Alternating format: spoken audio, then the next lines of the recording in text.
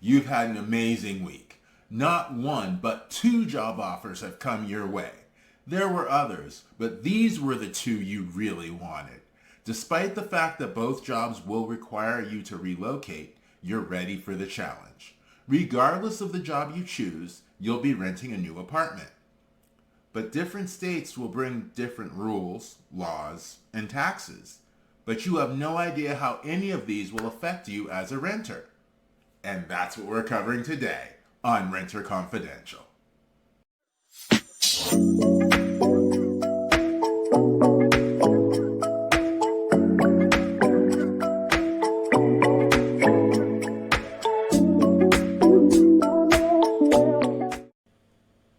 For this episode, we won't focus so much on how rent varies across the country or lower cost rental options near major metropolitan areas.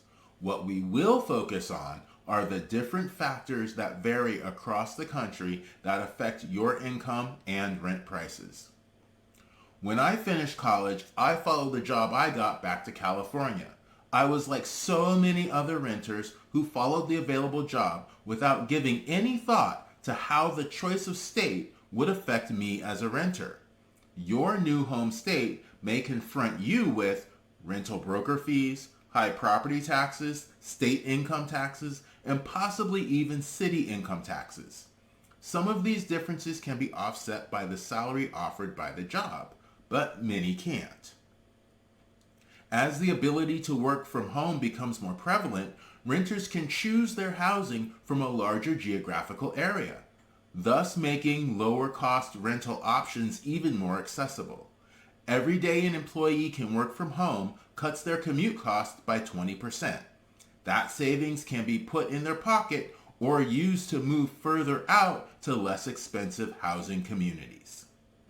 First, let's talk broker fees. A broker fee is an amount of money charged for finding a new tenant for a rental property. Many times this fee is paid by the landlord and covered by your rent. However, in some cities, this fee is paid in full, up front, by the renter prior to moving in. New York City is especially notorious for renters being charged broker fees at least equivalent to 1 month's rent. Boston is another market where it's common for renters to pay brokers' fees. In these two cities, renters may have to pay the broker fee even if they find the rental on their own. In the rest of the country, broker fees are paid by the landlord to their property management company, or they advertise and find new renters themselves. But make no mistake, you as the renter are still paying these fees, although not having to pay them up front makes finding a place to live that much easier. The next geographical issue you'll want to consider is income taxes, both state and local. It may surprise you to learn that there are many states that have no income taxes, but it may be even more surprising, no, downright shocking, to learn that nearly 1/3 of states allow local jurisdictions to impose their own income taxes. We'll tackle the state level first. State taxes will have an impact on how much you'll have at the end of each month to pay rent. 32 states and the District of Columbia impose state income taxes, while 9 others use a flat tax. The remaining 9 have no income taxes at all, and they are Alaska, Florida, Nevada, New Hampshire, South Dakota, Tennessee, Texas, Washington, and Wyoming. You'll want to pay special attention to these states, especially as working remotely continues to become more prevalent. Moving on to the local income taxes. While the tax rates imposed at the local level are lower than those at the federal and state level, they'll still impact your income if you live in any locations that impose such taxes. Some of them charge a percentage of income ranging from 0.01% all the way up to nearly 3.9% in New York City, while others charge a flat rate per employee or per pay period, ranging from $2 up to over $50 per month. In most cases, these taxes apply if you work in their jurisdiction, regardless of where you live. Moreover, if you live and work in different jurisdictions, you may be required to pay local income taxes in both locations. These differing income tax laws will definitely have an impact on what funds you'll have left at the end of the month to pay rent, depending on where you live. And the geographical income hits just keep on coming. Next up, sales taxes. Louisiana holds the #1 spot for the highest sales taxes in the country at over 9.5%. And if you're unlucky enough to live in Sterlington, Louisiana, you'll be paying 11%. Tennessee slides in at second place at 9.5% as well, and that amount is highly consistent across the state. Arkansas is in third at 9.45%. Alabama and Oklahoma round out the top 5 at 9.25% and just under 9%. Alabama and Oklahoma tax groceries at the full sales tax rate, while Arkansas taxes them at 1/8 of 1%. At this point, we're going to take a break here for our sponsor, Rental Secrets. This book has helped people save hundreds on their rent, and the link is in the show notes. Here's the trailer for this powerful book. America is in the grip of a housing crisis. There's evidence of it in nearly every city. 50% of U.S. households are having difficulty paying rent. And prices? Well, prices are on the rise. Frustration has set in for those trying to make ends meet, and searching for a new place can be a daunting task. It can seem overwhelming. People believe that landlords have all the power. After all, they have what you need. But it isn't true. Yes, you heard correctly. It is not true. You have more power than you think. Inside the new book, Rental Secrets, you'll learn how to reduce your rent. Just imagine having a lower rent payment. Get better value for your money. Paying rent is a struggle. Shouldn't you get more out of each payment? How to negotiate with the right people. Who has the real power to negotiate? Take control of rent renewal conversations. After all, it's your money. And even how to get free rent. Yes, it is absolutely true. Free rent is real, and you can get it. All this and so much more is in Rental Secrets. Get your copy today at Amazon.com.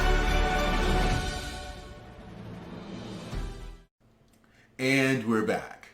No matter where you live in the country, you'll likely be faced with property taxes.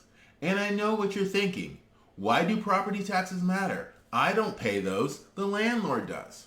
Well, you're both right and wrong. The county tax authorities are sending their annual bills to the landlord. However, those property taxes are one of your landlord's expenses, and all of those expenses are baked into the rent amount that you're being charged. All things being equal, the higher the property taxes, the higher the rent in the area. 5 states with the highest property taxes are New Jersey, Illinois, New Hampshire, Connecticut, and Vermont. In addition to taking a look at the current property tax rates, it may also be a good idea to look at the financial health of your state of choice. That's because the worse their financial situation gets, the more likely they'll be looking to increase property taxes in the future.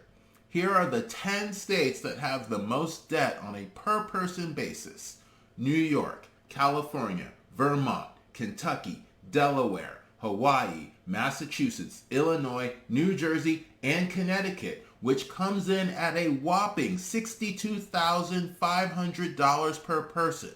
So if you get a job in the Constitution state and rent there, you are literally signing up to cover your $62,000+ share of their debt. Are you seeing how states like New Jersey and Connecticut keep appearing at the top of these lists? Once you settle into a new apartment, you'll be subject to the local laws that relate to residential renting. 32 states have a statewide ban on rent control. As such, no cities in these states can enact any rent control laws on their own. 8 states have no laws concerning rent control, while 5 specifically allow municipalities and local jurisdictions to make their own rent control laws. And at this time, There aren't any rent control laws in place in those states. The following states have statewide rent control or rent control in certain localities: California, Oregon, New York, New Jersey, Maryland, and the District of Columbia. There are several reasons why I bring this up. These are the laws that will govern your relationship with your landlord. Rent control will limit rent increases when your lease renewal comes around, which is helpful to those who are already renting a place. However, it also tends to reduce the amount of construction and reduce the amount of property maintenance from what it would be otherwise. This results in higher rents for properties that are in worse condition, all things being equal. As a result, if you're looking to rent in those states, you'll tend to face higher rents. Additionally, these ripple effects also make it more difficult for renters to move later on. This is because while rent control limits the amount of rent increases at renewal, it typically does not limit the initial rent a landlord can charge a new rental applicant for the property. This can result in renters being stuck in place. So you'll definitely want to review the rent control rules for the area that you're looking to move to. So here's the takeaway. Very few renters consider any of these factors when choosing which job to take and where to live. But the truth is, the jurisdiction you live in is a choice, and that choice has a significant impact on how much of your income you'll have left over to pay rent. Broker fees, state and local income taxes, property taxes, sales taxes. Once these items are paid, you'll get what's left over. Additionally, rent control laws and their effects will impact your life as a renter as well. Lastly, broker fees also significantly increase your upfront costs. These are just a few of the factors that play into both your financial situation and the environment you'll be renting in. You do have a choice as to where you choose to rent, and that choice is not only on the neighborhood or city level, but it's also at the state level. As you're making this decision, consider these factors so you can choose locations where you can not only survive as a renter, but thrive. Thanks for watching Renter Confidential. Happy apartment hunting. When it comes to renting, insider information is the best roommate you can ever have.